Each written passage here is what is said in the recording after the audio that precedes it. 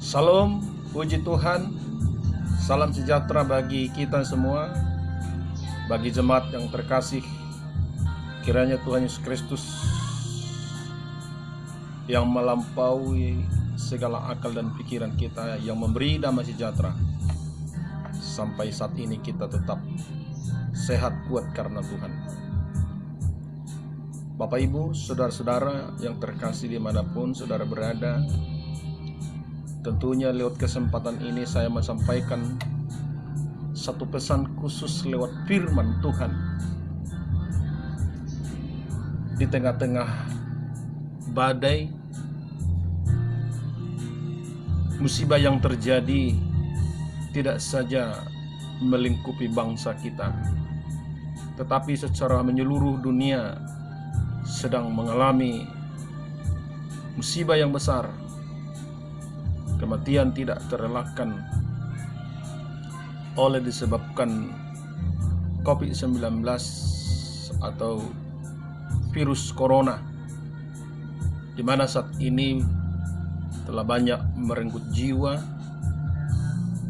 Kematian, tangisan ada di mana-mana, tidak memandang tua muda,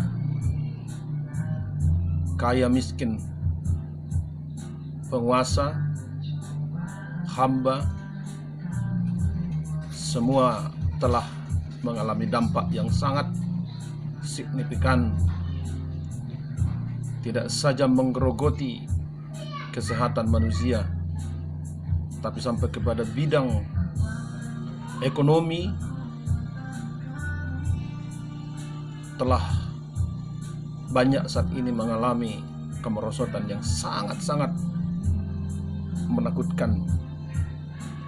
Tetapi dalam hal semua itu, apa yang sedang terjadi, Bapak Ibu, kita harus berkaca kepada firman bahwa semua yang terjadi ini atas izin Tuhan, atas segala rencana Tuhan yang akan segera tergenapi di atas muka bumi ini, untuk menggenapkan seluruh rencananya tergenapi dalam diri kita sebagai tubuh Kristus. Dan untuk itu kita tidak akan bisa lepas dari segala sesuatu apa yang terjadi ini. Orang percaya harus tetap kuat, tak usah takut, tetapi pandang kepada Kristus sebagai kepala yang dapat menyelamatkan tubuhnya, itulah gereja. Dalam menghadapi kasus seperti ini, dibutuhkan suatu kesiapan merendahkan hati di hadapan Tuhan, mengandalkan Tuhan adalah jauh lebih penting. Lewat kesiapan-kesiapan dalam diri kita, mengikuti acuan-acuan, anjuran-anjuran daripada pemerintah maupun medis, supaya kita tetap berjaga-jaga, mengantisipasi, tetap bersikap optimis bahwa virus ini akan berhenti dan beralih dan akan berakhir. Sekalipun Alkitab mencatat bahwa musibah ini tidak telah terjadi begitu saja, tetapi efek dari virus ini tidak saja berdampak kepada kerugian yang besar, tetapi di satu sisi bahwasanya peristiwa ini bisa mengubah opini, bahkan menggiring umat-umat itu kembali kepada Tuhan, mencari Tuhan, menggali kebenaran firman Tuhan, dan membangun satu hubungan yang harmonis tidak saja dengan Tuhan, tetapi keluarga demi keluarga telah membangun satu persekutuan yang manis, sehingga Tuhan dipuji dan dipermuliakan. Bahkan tidak sedikit bangsa-bangsa, pemerintah-pemerintah telah mencari Tuhan. Mereka melakukan kegiatan-kegiatan aktivitas mereka dimulai dengan mencari Tuhan. Oleh karena itu, sangat perlu kita perhatikan kebenaran firman Tuhan. Apa sisi positif yang harus kita lihat dari kasus ini? Yang pertama adalah membuat manusia itu kembali kepada Tuhan, mencari Tuhan. Dan yang kedua, mengajar kita untuk semakin rendah hati di hadapan Tuhan. Sebab kekayaan, kehormatan, jabatan tidaklah menjadi hal yang menentukan seseorang itu berkenan layak di hadapan Tuhan. Firman Tuhan yang tertulis di dalam kitab Amsal pasal 11 ayat yang keempat, pada hari kemurkaan harta tidak berguna, tetapi kebenaranlah yang menyelamatkan. Dalam kasus ini, apa yang harus kita lihat? Dampak dari virus corona yang sedang melanda dunia. Sementara firman Tuhan berkata, pada hari kemurkaan harta tidak berguna, kekayaan tidak berguna, jabatan tidak berguna, kehormatan tidak berguna. Andai kata harta berguna, andai kata jabatan itu bisa menolong, menyelamatkan kita pada hari kemurkaan, maka orang-orang miskin, orang-orang tidak berduit, orang-orang yang tidak punya apa-apa, tidak ada yang dapat lolos dari kemurkaan.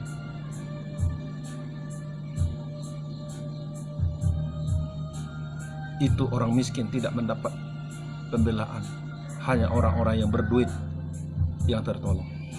Tetapi firman Tuhan berkata, pada hari kemurkaan harta tidak berguna. Tetapi ada jaminan. Firman Tuhan berkata, tetapi kebenaran melepaskan orang dari maut. Saudara-saudara yang saya kasihi di dalam Tuhan,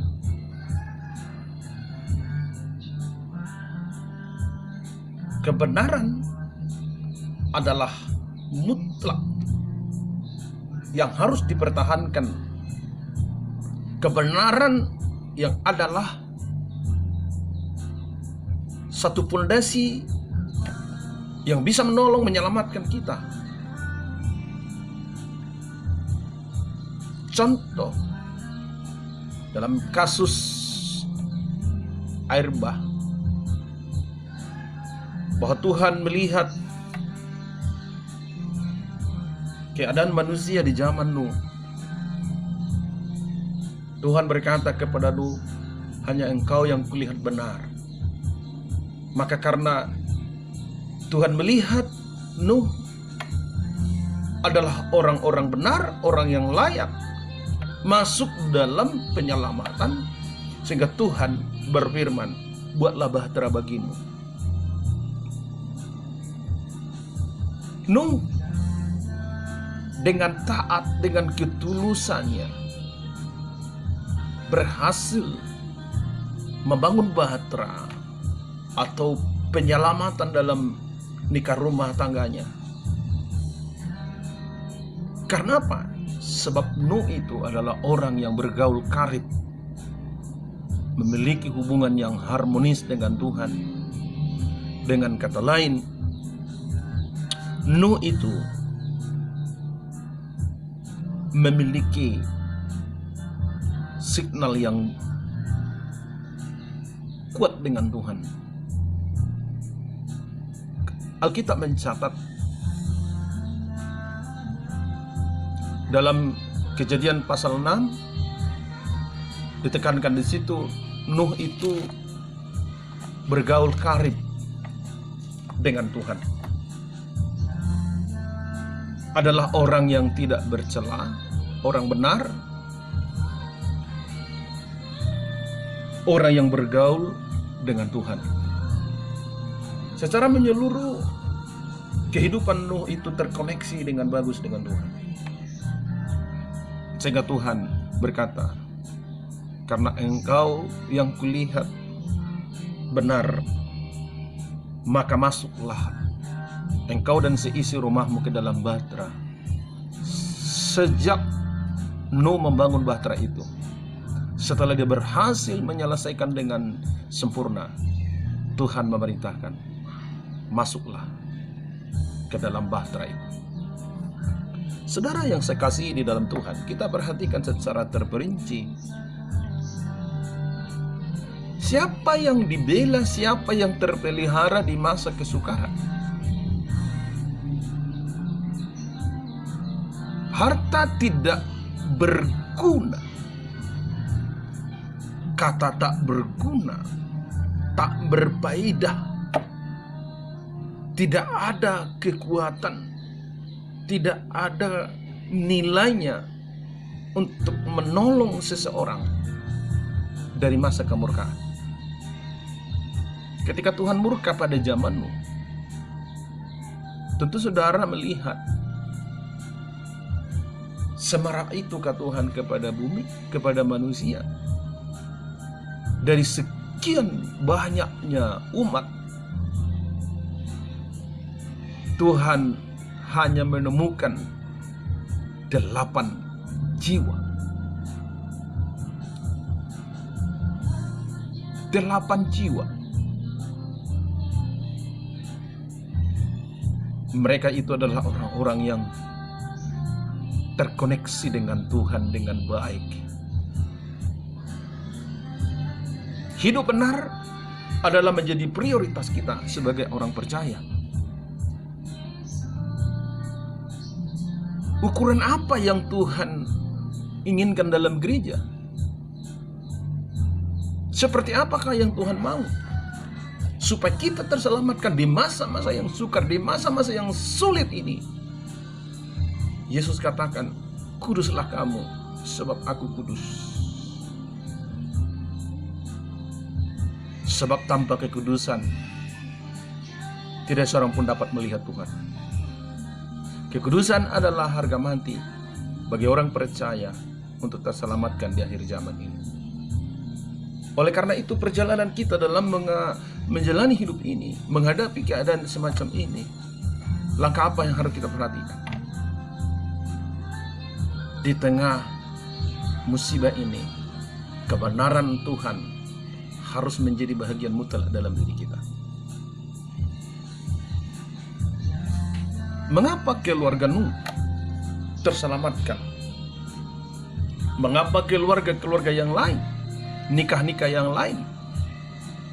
Karena saya yakin ada banyak nikah-nikah di zaman Nuh, tetapi hanya nikah Nuh dan nikah anaknya yang terselamatkan di masa sukar ketika Tuhan menghukum bumi, menghukum dunia ini dengan air bah. Saudara tahu apa yang melatar belakangi kemarahan Tuhan? Kalau kita perhatikan dalam Kejadian pasal 6 ayat yang kelima, ketika dilihat Tuhan bahwa kejahatan manusia besar di bumi dan bahwa segala kecenderungan hatinya, perhatikan, pada akhir zaman, atau sama katakan pada zaman Nabi Nuh, orang-orang di sekitarnya, orang-orang di sekelilingnya, kecenderungan hatinya selalu membuahkan kejahatan, selalu membuahkan kejahatan. Ini yang membuat Tuhan marah. Kemarahan Tuhan adalah disebabkan oleh kehidupan manusia yang semata-mata kecenderungan hatinya adalah selalu membuahkan kejahatan. Semata-mata pandangan hidupnya sudah lari dari apa yang Tuhan kehendaki. Manusia tidak lagi peka kepada suara Tuhan. Manusia tidak lagi peka kepada suara firman Tuhan. Manusia lebih menuruti hawa nafsu daging. Oleh karena itu Tuhan berfirman, Aku akan menghapuskan. Firman Tuhan berkata dalam Kejadian pasal 6 ayat yang ke-7, Aku akan menghapuskan manusia yang telah kuciptakan itu dan dari muka bumi, baik manusia maupun hewan dan binatang-binatang melata dan burung-burung di udara, sebab aku menyesal bahwa aku telah menjadikan mereka. Kenapa Tuhan menyesal? Bukankah dia Tuhan? Bukankah dia tahu apa yang akan terjadi dalam diri manusia? Ini satu pertanyaan, satu pembahasan yang perlu kita gali. Penyesalan Tuhan bukan karena diciptakan manusia, tetapi apa? Karena manusia itu tidak mampu mengikuti aturan-aturan yang Tuhan buat. Manusia itu telah lari dari konteks kebenaran firman. Sebab kecenderungan hati manusia sudah rusak. Hati manusia sudah tidak baik. Karena apa? Kecenderungan hatinya selalu membuahkan kejahatan. Itu sebabnya Tuhan berfirman, Aku akan menghapuskan. Kemarahan Tuhan membuat keadaan musibah terjadi, air bah terjadi. Manusia-manusia yang tidak takut akan Tuhan mati secara mengenaskan, ditelan oleh air bah. Tetapi kebenaran yang dimiliki oleh Nuh bersama dengan anak-anaknya, itulah yang menyelamatkan mereka. Oleh sebab itu, saudara-saudara, kita perhatikan, mengapa keluarga Nuh terselamatkan? Karena kehidupan Nuh terkoneksi secara tulus dan murni di hadapan Tuhan. Saudara, ketulusan dan kemurnian hati kita ini sangat penting kita jaga di hadapan Tuhan. Saudara, jangan terpaksa datang kepada Tuhan. Jangan karena masalah, jangan karena persoalan, jangan karena penyakit sehingga saudara datang kepada Tuhan. Ini sangat memprihatinkan di hari zaman ini. Sangat jarang ditemukan orang-orang yang datang kepada Tuhan didasari dengan ketulusan dan kemurnian hati. Ketika susah mau datang sama Tuhan, ketika dia sakit dia mencari Tuhan. Sekalipun itu memang bagus, tapi jauh lebih bagus, jauh lebih penting adalah ketika kita datang kepada Tuhan, tubuh kita sehat, ekonomi kita diberkati, keluarga kita sangat diberkati, kita membangun satu hubungan yang harmonis dengan Tuhan, sama seperti dengan keluarga Nuh yang sangat luar biasa diberkati oleh Tuhan. Kalau kita bandingkan keluarga Nuh dengan keluarga Lot adalah sangat jauh. Sekalipun keluarga Lot itu juga disebut adalah orang-orang benar, orang-orang yang takut akan Tuhan, tapi jauh berbeda konteks kehidupan Lot dan keluarga Nuh. Keluarga Nuh berhasil membawa seluruh anak-anaknya, menantunya masuk ke dalam bahtera penyelamatan. Sementara keluarga Lot gagal membawa istrinya kepada penyelamatan, gagal membawa anak-anaknya kepada penyelamatan. Oleh karena itu, kebenaran yang kita miliki lewat firman yang kita terima, lewat firman yang kita pahami tentunya adalah akan membawa kita kepada satu penyelamatan. Firman Tuhan berkata, langit dan bumi akan lenyap, tetapi firman Tuhan kekal untuk selama-lamanya. Oleh karena itu, menghadapi virus corona di akhir zaman ini, tidak cukup kita hanya menjaga kebersihan lingkungan, makan obat, menjaga ini dan itu, tetapi jauh lebih penting mendekatkan diri kepada Tuhan. Jauh lebih penting, lebih dekat, merendahkan hati di hadapan Tuhan. Ketika Raja Salomo membangun bait suci, dan sejak diresmikannya bait suci itu, Tuhan berfirman kepada Raja Salomo dalam 2 Tawarik pasal 7 ayat 13. Firman Tuhan berkata seperti ini, bila mana aku menutup langit sehingga tidak ada hujan, dan bila mana aku menyuruh belalang memakan habis hasil bumi, dan bila mana aku melepaskan penyakit sampar di antara umatku, dan umatku yang atasnya namaku disebut merendahkan diri, berdoa mencari wajahku, lalu berbalik dari jalan-jalannya yang jahat, maka aku mendengar dari surga dan mengampuni dosa mereka, serta memulihkan negeri mereka. Pemulihan itu mencakup melalui 3 hal. Saudara-saudara yang saya kasih dalam Tuhan, persoalan apa yang saudara hadapi saat ini? Ekonomi, kesehatan, sekritis apapun persoalan yang kita hadapi, Alkitab mencatat, menegaskan ribuan tahun yang lampau kepada satu raja yang bernama Raja Salomo. Ada 3 hal yang perlu kita perhatikan. Yang pertama, apabila musibah datang, apabila malapetaka datang, termasuk musibah virus corona ini, poin yang pertama adalah jika umatku atasnya namaku disebut, nama Tuhan perlu disebutkan atas kehidupan kita. Itu poin yang pertama. Jika umatku yang atasnya namaku disebut. Yang kedua, merendahkan diri. Tuhan tidak senang yang sombong.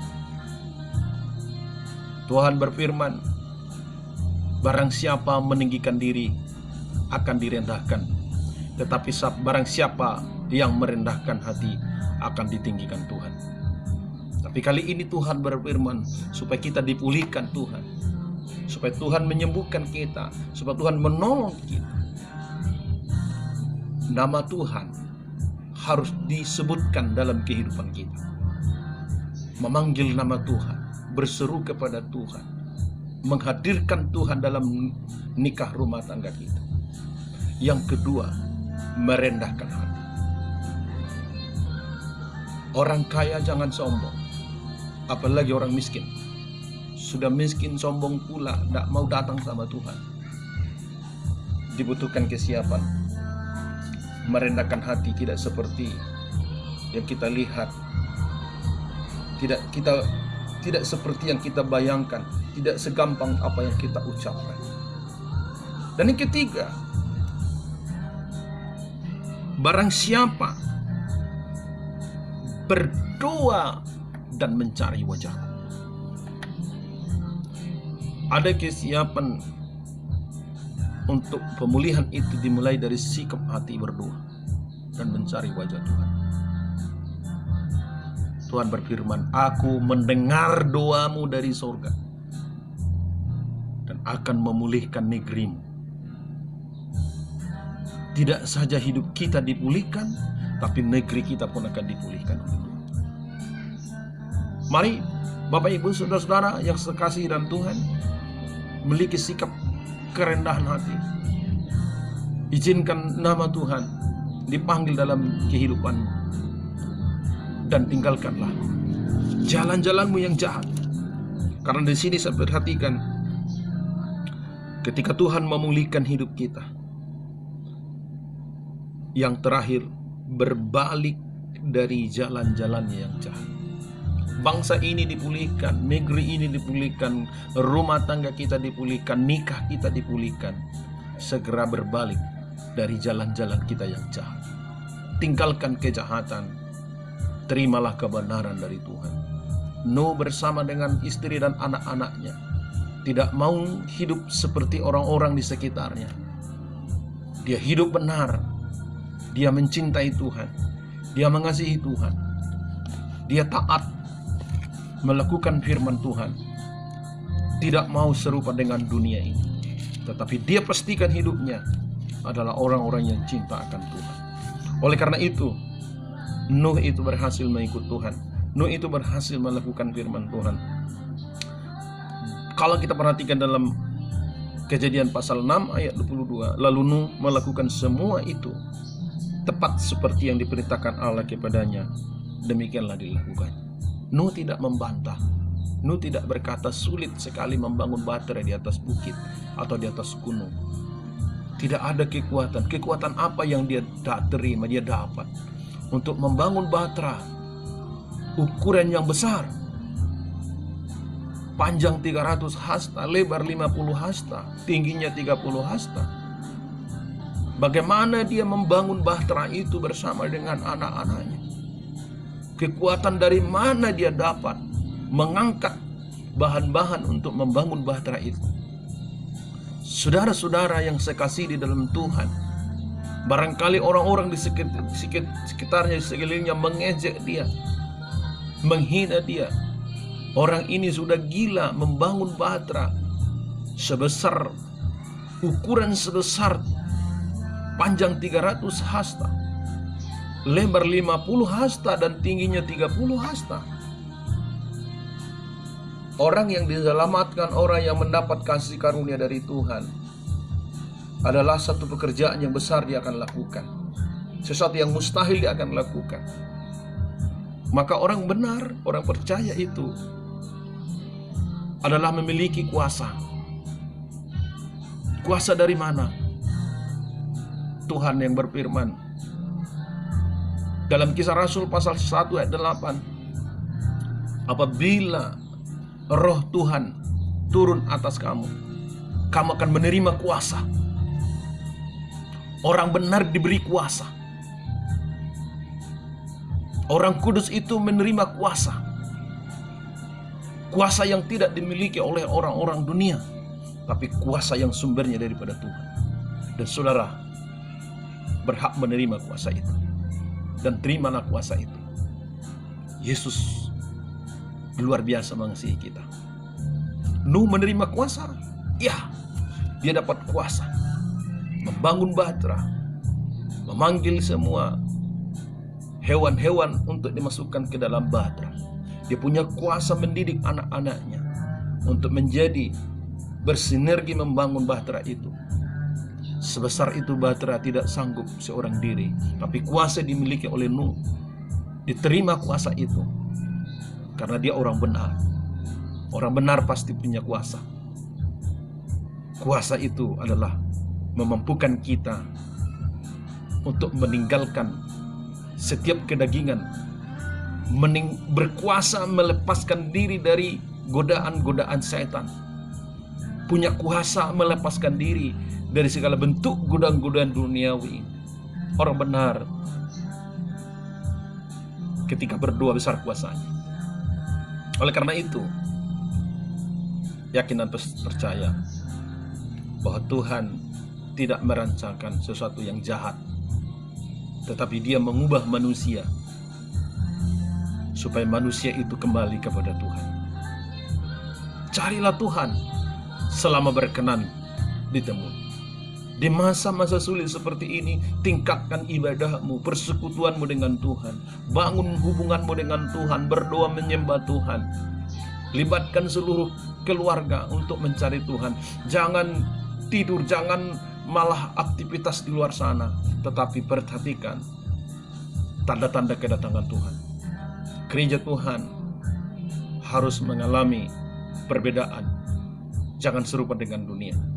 Tapi orang-orang yang beriman, orang-orang yang kudus, orang-orang yang benar adalah orang-orang yang akan dipersiapkan masuk kepada kekekalan. Surga menantikan kita. Saudara yang saya kasihi di dalam Tuhan, perhatikanlah. Firman Tuhan ini adalah suatu kebenaran yang harus kita terima. Jangan takut, jangan bimbang. Firman Tuhan adalah berkat bagi kita.